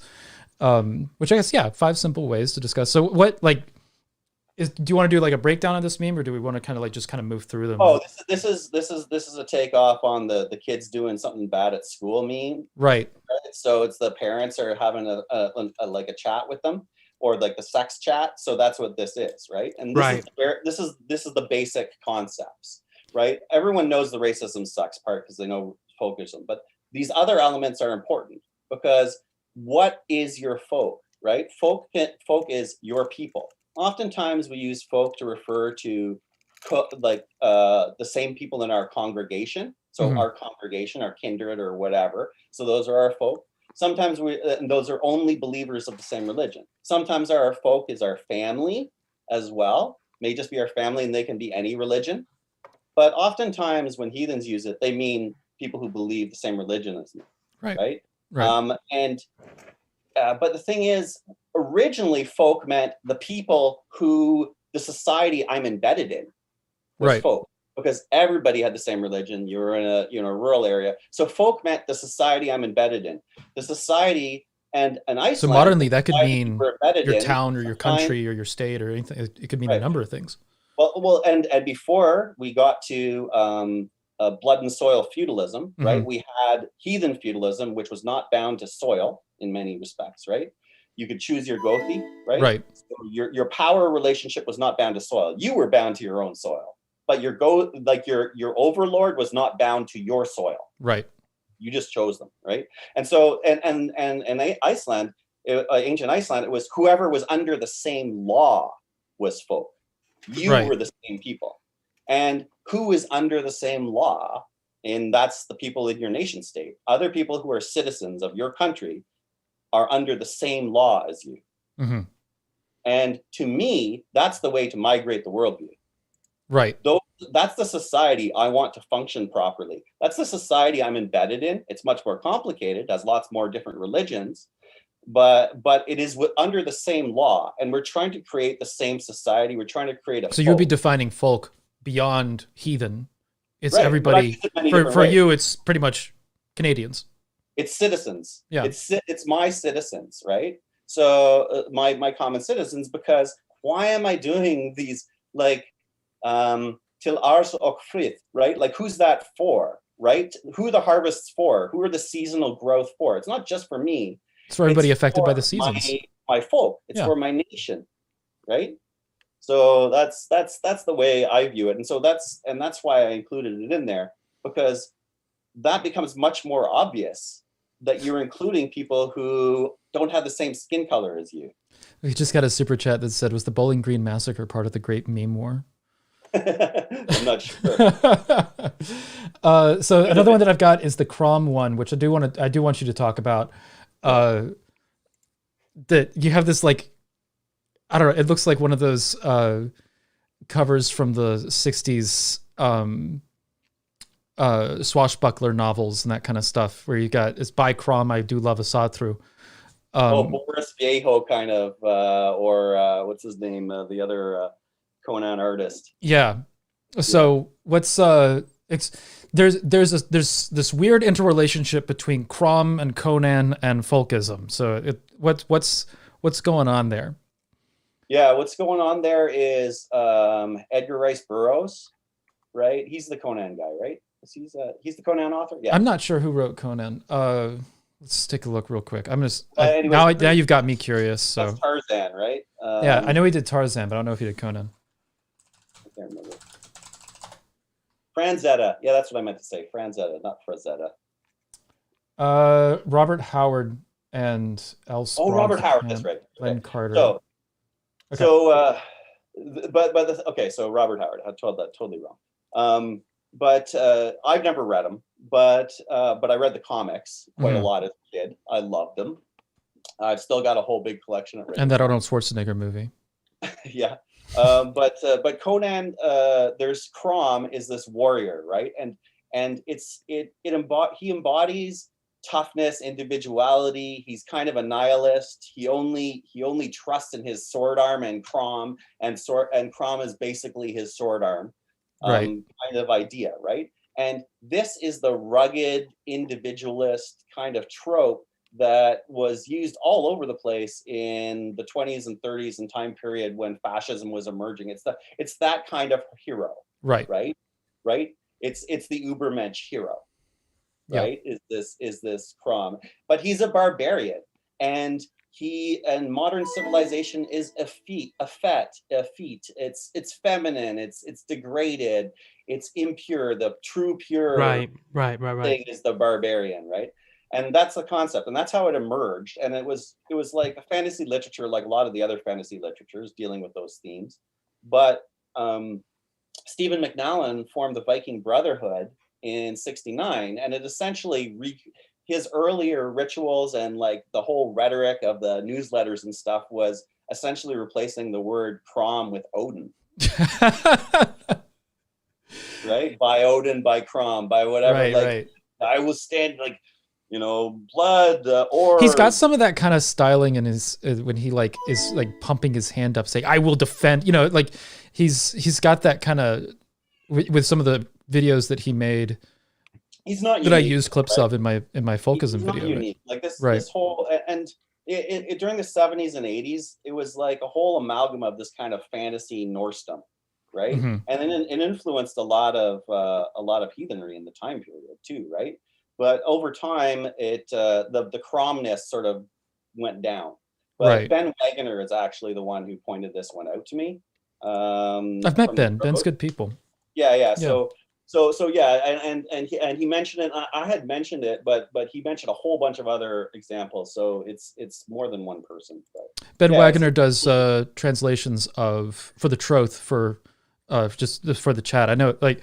Ben Wagner, he's translated Ragnar Lothbrok's saga and several stories that are in publications by the Troth. You can find them. There's a few avenues that the Troth uses to sell their books, but Ben Wagner is their main translator. But anyway, go ahead. I'm sorry. Oh no problem. Yeah. Do we have any other questions or anything like?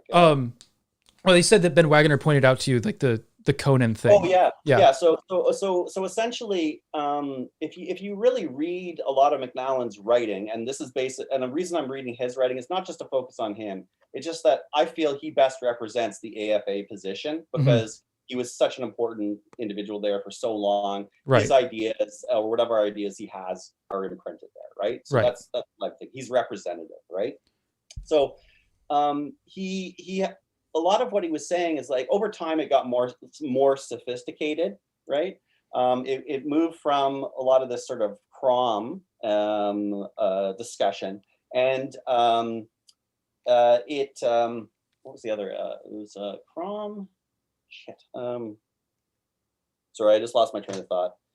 The other influence was shit. It'll come to me later. Sorry. Yeah, it's all good. It's getting a bit later for me. Yeah, I got you. Let's jump into another meme, and then we'll start winding down the show. There was one of these memes that I thought was really cool that I wanted to throw in there, and that was the one. Well, there's two actually. Let's do the de-radicalized one, and then we'll do the one about inclusive heathenry.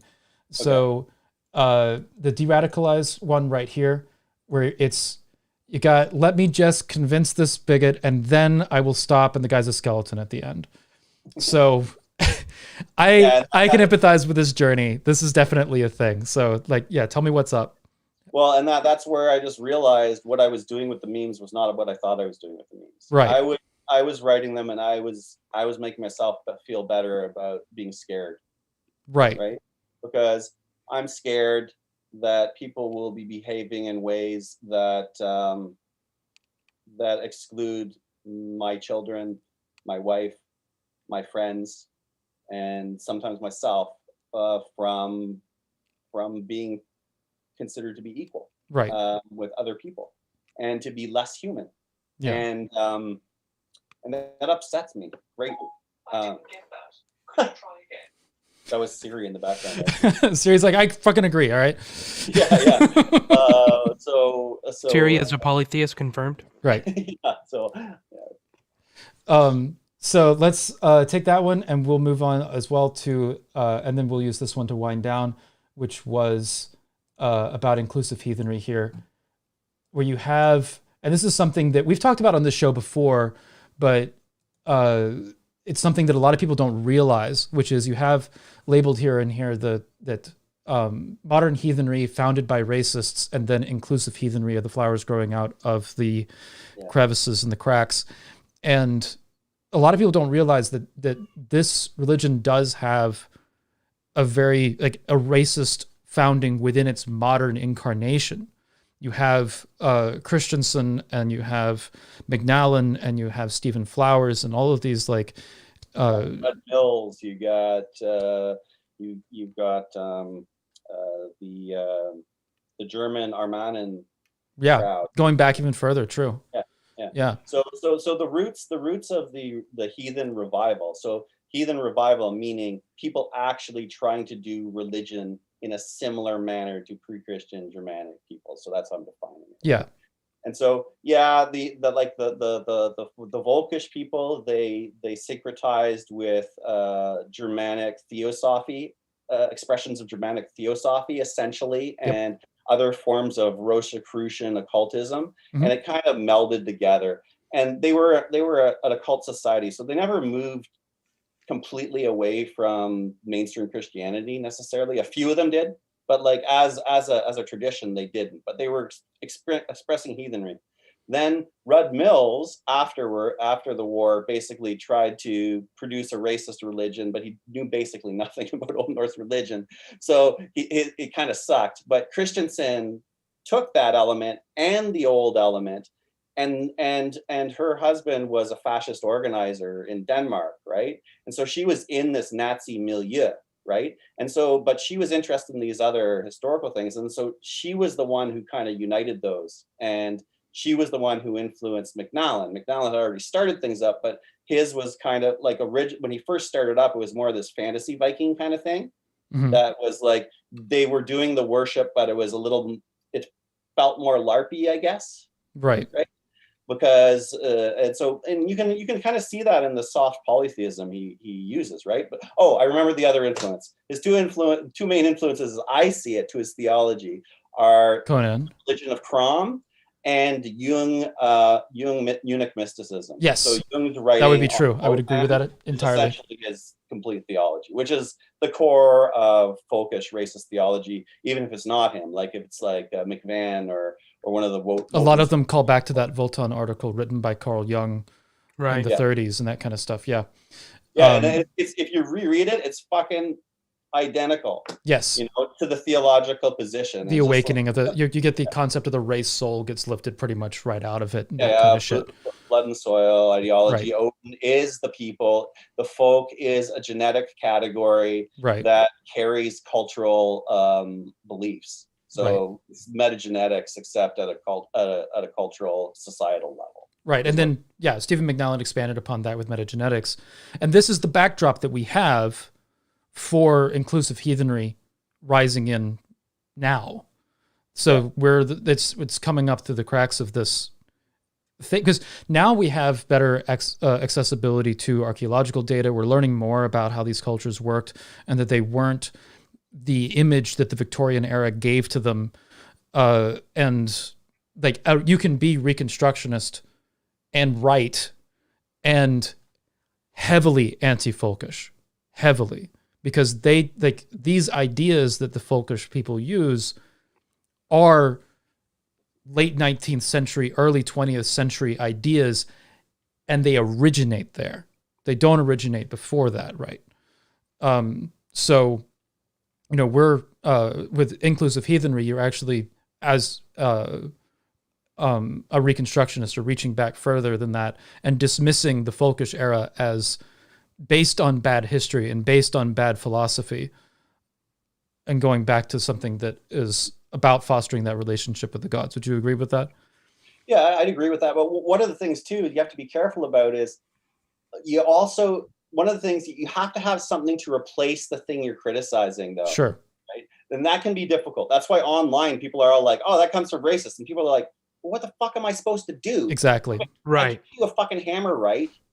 How am I supposed to set sacred space? And you're like, okay, well, another way of doing this that we feel matches the historical sources a bit better is carrying fire around, like I mentioned earlier, right? Mm-hmm. But it's not like both are wrong, but you have to give someone the reasoning, right? And then you also have to give them something to replace it that that fulfills the same social and religious function.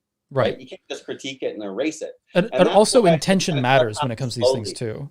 That's why it happens slowly. Yeah. Right, is what I'm trying to say. Right. Much agreed. And it means that we all change our practice slowly but surely, right? Because and certain practice just keeps going because it seems to work with any interpretation. Right. Well, I think that we can start winding down the show right there. Can I? What's up? Touch on a couple things. Yes. What I want to talk about my favorite meme. I can't find it off the top of my head, but it's a picture of Freya in her chariot being pulled by cats, and you wrote on there, any religion that doesn't have a goddess is halfway to atheism. I thought that was hilarious. That was you? I think, yeah, that was Auz. You made that, right, Auz? I made it, but I made the meme, but it's not my joke. The joke was told to me by Prudence Priest, who's a friend of mine. And this is back to my history. Prudence Priest was a member of the Troth during the schism period. Yeah. And the main schism was the AFA versus the Troth, racist versus non-racist. But there was also a non-racist, don't want bureaucracy group called the American Vinland Association. Right. Who was basically my friend Andy Biggers in Canada, who basically was my mentor in heathenry. And Prudence Priest and Gamling, what's his name? Gamlingen from the old dude from, I think he's from the Southwest. He died a number of years ago, but he had his own Hof on his own property there in, what was it, New Mexico, I think? That was in his house. That's where his kindred met. Okay. Anyways, it was a beautiful place. I never been there, but I saw pictures. It looked really great. But anyways, that's the connection. So a lot of meme culture too is just like taking jokes and making a collage. So correct. I'll take jokes from my mind or that people have told me to, or just like readapt them. A lot of it is not all that original. Well, sure, right. But that's the point of the meme, is that you take a joke that everybody kind of already understands at face value, and then you put it in an easily digestible and also shareable medium, and then it will spread like wildfire. Yeah. Which I described, I literally just described the meme using words, and people in the chat are going, "That was him?" Yeah, exactly. They already know the meme. Like, that's how really? prolific. Yeah, no. That's how both of us have shared it at different times. Yeah. It's I've reposted it every now and then because I think it's important. But the truth of it was expressed so well visually that it was just like, post it and there it goes, and everybody like immediately understands it and catches on. But Well, one of the that's things, how a good meme works, isn't it? well, there's also I don't put a signature on any of these, Right. right? And so Wolf had asked me about this. Well, why don't I you? did. I was like, Yeah. you need to be watermarking your memes, bro. And he was like, no, I don't want to. I was like, whoa, They are mad for respect. the people.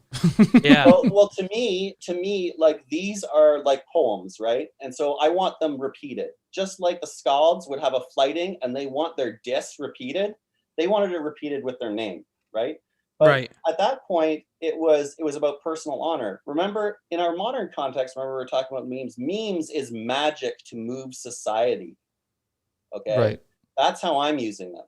And so to me, what I'm doing is I'm creating like a runic cipher. I'm creating an assortment and a categorization of ideas that has never been arranged that way before, but they are all linked to other things that exist, right? It's only Right. the expression and not work of them that is unique. And I'm letting it go, and I'm wanting it to affect change in society and life. And the way runes work is that, like a lot of runic magic, is the more hidden and cryptographic it is, the more powerful it is. And I feel the same way about these. Like, well, I'm telling everybody what it is, who I am now, but the thing is, if people share the meme and it doesn't have a signature on it, people think that they associate the person they got it with the meme, not someone else. Right. And that is actually part of the emotional way memes get you, because you get them from friends and family, and they change your mind. The message Right? is then communicated by a friend. Right. It's communicated by a friend. Rather than the watermark. Oh, I'm sharing this thing Auz did. Right. I'm sharing this meme. We have no idea where it is. It's tradition. It becomes tradition. Like, yeah. someone invents tradition, right? But then it gets repeated. Yeah. Right. Like, as soon as we did a Vé at Knoll, Vés started to pop up in people's backyards everywhere. And then Vés are all over the place, and people have mobile Vés, and there's mobile, like, this is all sprung up in the last 10 years. Right. Right. There were idols before, but they weren't miniature god poles. People used to have lots of idols, but they were more like a photorealistic sculpture or something like that quite often. But now, in the last 10 years, you're getting handcrafted miniature god poles and archaeological reproductions more often, right? So, anyways, I've been in Heathenry a long time too, so I've seen a lot of styles change. Because I started in paganism in the mid '90s, and I was a Gothi, like I was full heathen by the 2010s, right? Right. Let's take down some super chats, and then we can wind down the streams and do some shout outs. Can I address one more thing before? I know you want to end the stream so badly, but there were a couple of things. I know. I'm being such an awful person. Ocean's going to yell at me later. I'm like, hey, let's end. Oh, no, one more thing. Okay. If I disappear, it's because Ocean kidnapped me. Yes. So there were a couple things earlier that were brought up, and I actually got a couple DMs about people talking about it in chat, where they have kids at home and they don't know how to deal with the consent base part of teaching them heathenry, and also like a split home where the person in chat is difficult. The person in chat is heathen and the partner is Christian or atheist. And I want to say I feel for you in your position. That's not easy, no matter what, especially Christian. Atheists might even be a little bit easier to work around than Christian would be. But my general advice, without knowing any details whatsoever from all of you, because there were about 2 or 3 people who brought it up, I saw,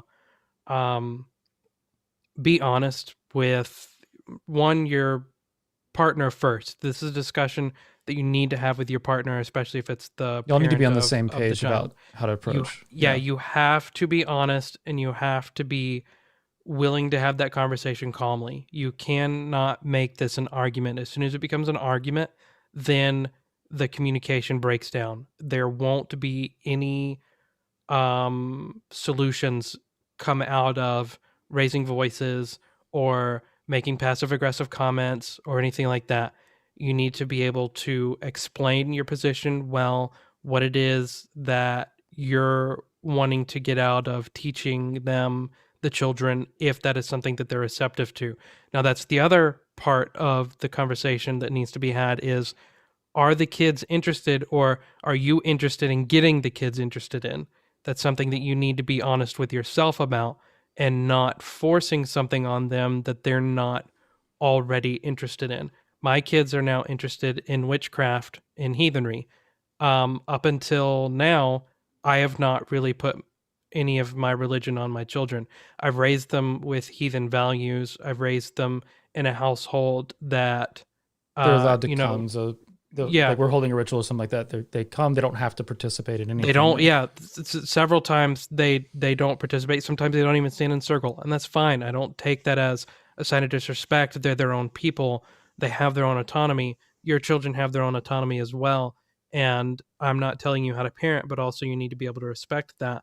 If you don't, I promise you, it'll bite you in the ass later. Right.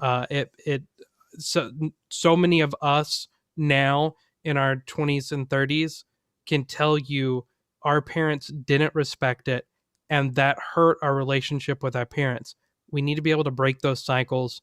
We need to be able to raise children who have the autonomy to say no thank you, and we as parents be able to respect that, because it's not something that's like required for their health or whatever.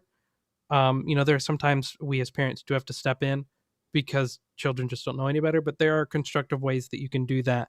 And forcing religion onto your child just because it's your religion and you found it and you're excited about it doesn't mean that it's a good fit for them as well.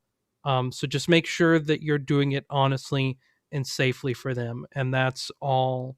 That's all I can really explain there. If someone needs to reach out to me personally and have a deeper conversation about this, you can find me on Discord and DM me. My DMs are open as long as you're in the server. And we can have a deeper conversation about that, because I like talking about this. And I don't mind DMs about that. So, Oz, do you have anything to add to that, or before we jump into super chats? No, that's great advice. Yeah, I never.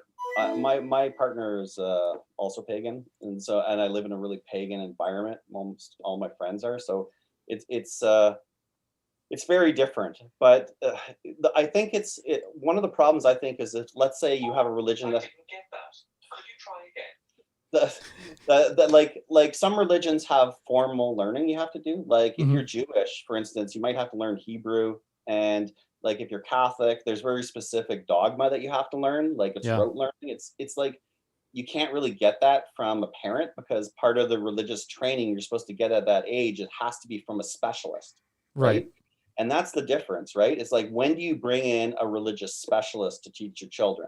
So that's, from my point of view, that's the advantage, the unfairness that we get from an established religion when it's in the home, because you have the institution of the religion in your household a lot more than you would necessarily for a heathen, for most heathens, right? Sure. So, and I see that as that's a balance of power and a balance of resources issues that we usually see in mixed households when there's multiple beliefs, like with heathen or pagan and some other belief system. So I totally agree with Wolf. Like, and my own personal philosophy is just answer the kids' questions, and they'll believe whatever they believe. Yeah. Right. Every now and then, it's an easy way to do it is every now and then, they could drop in a little bit of a thing here or there, and if they have a question about it, you can explain it further, but don't shove anything down their throat. It's going to backfire, I promise. With that, I'm going to jump into super chats real now, quick. Ocean, your show again. Am I free? All right. Yeah, you can take back control.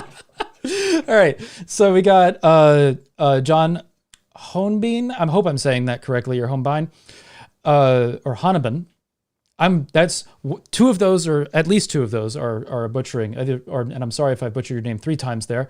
But just saying hello and smiley face and hello back. Eliakai says, no xeno for xenophobes, no frith with focus, there is no paradox of tolerance. There is only the community that you want to build and the ideas that you want to flourish within it. And special thanks to Eliakai. Shout out to Eliakai as well. She covers a lot of topics that are right in line with the subject of this video. Lucas Ironside, no further focus, no xenophobes. Much love to Splash Daddy, Wolf, Auz, and Leakai. Keep up the amazing work, guys. They made me say Splash Daddy on stream. Akita Kubi says, I believe this is the best viewer to like ratio I've ever seen. Yes, be sure to like the video, and let's do some shout outs real quick. Wolf, what do you have coming up, my friend? Coming up, I'm going to get the ritual put together for the one that Beafold and I did recently, because I just did the one with Jail, but I'm going to wait a couple weeks to do that. I've got a secret ritual that you and I and several of our community members did in Valheim. I am going to be releasing that for patrons only. So if that's something that you want to see, it was a legit ritual we did, but we did it in a video game. Right. We did it in Valheim because there was Valheim a temple built in Valheim by our friend. We built a temple. We had all of our characters there. It was a group ritual we did in Valheim, but I wrote it very seriously. The words are extremely serious, and there's a lot of meaning and power behind it, but we did it in a video game. So if that's something that you're curious or interested in, you have to sub to my Patreon to be able to see that video. It's going to be patron only. It's not something that I do often, but my patrons asked for it, so there it is. And I guess going over to Auz, what do you have coming up? We got your channel down in the description of the video. So this is the promotions. Go for it. So I've also got a YouTube channel called Heathen Hearth, where I make historical cooking, because part of the Hail and Horn gathering is we do a feast that is based on historical cooking recipes. Like it's basically experimental archaeology, but for food, for the feast. That is awesome. I'm going to subscribe to that. So I'm totally into that. So basically, that's my cooking channel for that. I haven't done anything on it for a while because I'm busy with other projects now. I'm a bit of a flibbity gibbet. I move from project to project, right? That sort of thing. I feel that. And this summer we're hoping to open Knoll for some group camping, but because of COVID, we haven't been able to get the volunteers up there. So it may be another summer of virtual festivals, unfortunately. We may have some rituals done at the Knoll that are shared virtually, but we really don't know because we're totally locked down right now. So right. But that's about it. And if you want to follow me on LinkedIn, that's where I usually post conference presentations. That's my professional thing. So if you're interested in conferences or whatever I presented at and that kind of stuff for serious things, you can look me up on LinkedIn. But Facebook is where you can find me. Find the memes. Life and memes. Gotcha. And I'll get that Facebook link in the description of the video. I'm not sure if it's there now, but it will be after the stream is over. So for those of you that want that link, come back and check in a few minutes and it'll be up there if it's not there already. But with that, I think that we can... unless we got any final words before we want to sign off. Last final words, please sub to me. I'm trying to hit 4K by the end of the month. Hell yeah. And also, if you watch a couple of Wolf's videos, we can get them monetized pretty quickly if everybody just goes over and watches a couple of Wolf's videos. I've got playlists on my channel. Just click play on the playlist. Ritual videos are typically longer than all my other ones. So put it on the background, put it on mute. It'll get my watch hours up, and I need to hit 4K watch hours as well. How far are you into that, Wolf? I'm 2,300 hours in, so Gotcha. I need about 1,700 more hours. Gotcha. All right. And let's see, we'll grab these couple of voice chats or a couple of super chats right before we get off. Thank you, Wolf. I don't want to force my kids. I just want to force my kids into it. I just like them to have the choice and to choose. So thank you again. And John says, look, I'm supporting the conversation, just pressing it. Okay, just appreciate evidence. That's interesting. So I guess that has to do with some of the chat conversation that's been going on. Yeah. It's hard to have a really good conversation about, to answer atheist questions. Right. To polytheism. Because one of the things is most people ask questions or critique polytheism as if it was plural monotheism. Right. I've had that experience as well a lot. And that's something we could do a whole show on. I'm just going to say for atheists, well-meaning atheists in the chat and watching and whatnot, this isn't the place to do that. We're having polytheist discussions with other polytheists. We're having pagan discussions. And there are other with videos other pagans. that I'm making Yeah. specifically to atheists as well. Like Yeah. it's like that's a whole conversation. In the Because it middle gets of into like the base of epistemology and all that kind Yeah. of stuff. And right now we're talking about community within the religion itself, which is a yeah, different in topic. in the middle of a pagan video with a pagan audience talking about paganism, it's not a good time for you to come in the middle of the live chat and try to disrupt it with. And even if you don't mean to disrupt it, that is what you're doing. You're breaking up the conversation, drawing attention to yourself, pulling away from people watching the video. Right. It's not productive, and people see that. Yeah. And so you're going to get pushback there. And it's like I'm not against having the conversation. Like I've been in More debates than willing with to have the atheists and all conversation. that kind of stuff. Just not here, not now. Yeah. But anywho, with that, let's shut down the stream and remember to find a way to make one. And All right, Tilarzok Frith, thank you for having me on, my friends. Good to hail to you all. And let's bring inclusive heathenry into the future together. hell yeah, Go my big, friend. go big or go home. The end stream button is somewhere. You'll find it. I don't know where it is. I never do. I believe in you. Okay, cool.